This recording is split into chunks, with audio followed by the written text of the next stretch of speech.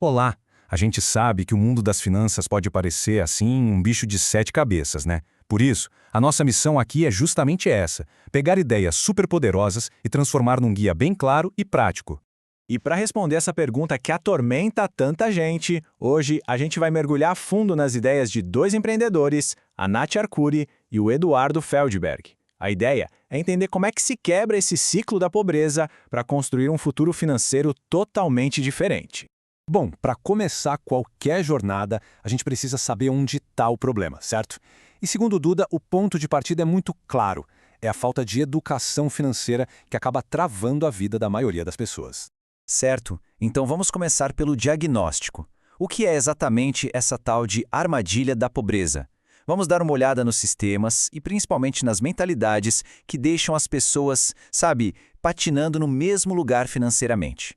E o Duda identifica a raiz do problema numa palavra: ser um alienado. É um termo para descrever alguém que simplesmente não questiona o mundo financeiro que está em volta, que só aceita as coisas como elas são.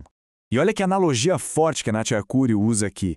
Ela diz que é como se a maioria de nós fosse uma peça num grande jogo de tabuleiro financeiro, só que ninguém ensinou as regras pra gente.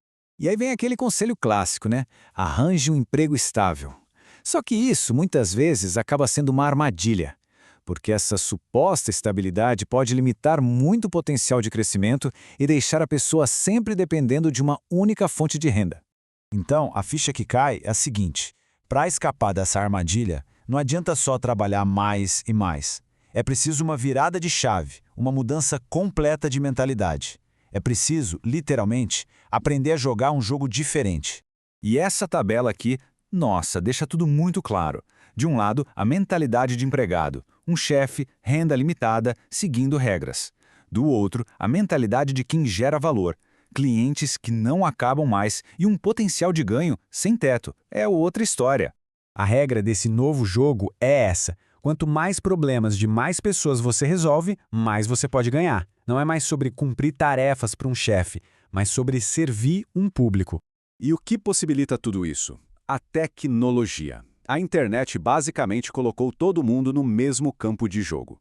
Hoje, uma pessoa com um celular tem, potencialmente, o mesmo alcance de um multimilionário de antigamente. Ok, a mudança de mentalidade ficou clara. Mas e na prática? O que é preciso saber? Quais são as ferramentas, as habilidades que são essenciais para se dar bem nesse novo jogo? Nossos especialistas apontam para um kit de habilidades que, hoje, muitas vezes valem mais que um diploma tradicional. E uma das mais interessantes, sem dúvida, é esse conceito de repertório. Olha só que sacada genial. Ter repertório não é só sobre ser um especialista. É sobre ter uma base de conhecimento ampla, que vem da arte, da cultura pop, da história. É a capacidade de conectar pontos que ninguém mais está conectando para criar soluções novas. Isso faz todo sentido, né?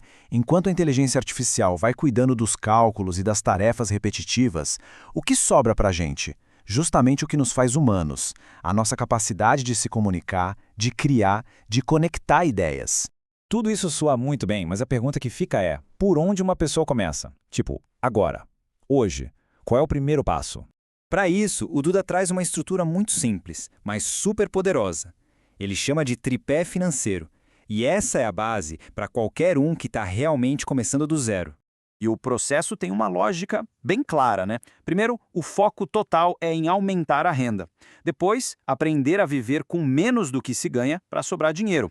E aí sim, com essa sobra, o terceiro passo é aprender a investir para multiplicar esse dinheiro. E o que sustenta esse tripé inteiro? A educação financeira. Porque sem ela, sem essa inteligência, não adianta. A pessoa pode até sair das dívidas, mas logo o problema volta. Qualquer progresso é só temporário.